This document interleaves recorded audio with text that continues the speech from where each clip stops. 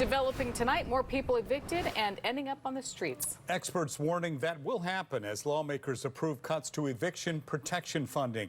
K2's Christina Giardinelli joins us now to break it down. Christina, this is part of the state's massive housing and homelessness bill, right?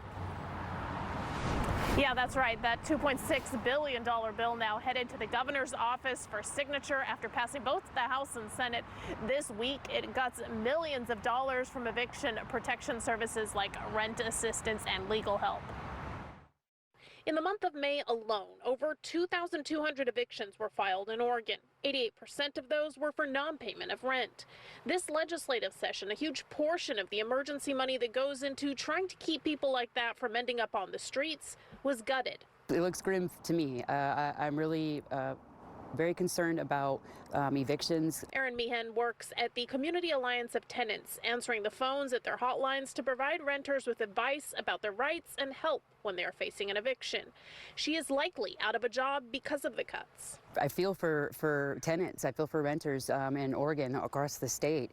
We were the only hotline available to even give any information about knowing their own rights for renters. Justice Raji works for the Urban League of Portland, which uses rent assistance money from the state to help keep people in their homes. So in the last biennium, we served approximately 1,400 homes with these particular type of resources. With a statewide eviction prevention budget cut by about 74% over the next 2 years, the organization estimates it will only be able to provide emergency rent assistance to about 350 households. Statewide, the number of households that won't be served is estimated to be somewhere around 20,000. In the simplest ways, more folks are going to be homeless.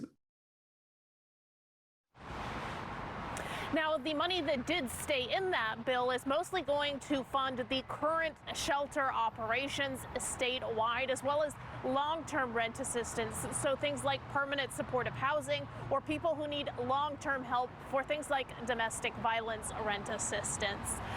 But experts, as you mentioned, say that without the short-term rent assistance, that emergency rent assistance, people will become homeless. Live in Northeast Portland, Christina Giardinelli, K2 News. Christina, thank you for that. And in case you missed it, K2 News held a special town hall last night digging into Portland's housing crisis. We asked experts and lawmakers if buying a house is still within reach for the middle class here. And what do you need to know to buy? Point your phone's camera at the QR code on your screen. Affording the American Dream with a question mark is live now on the K2 YouTube page.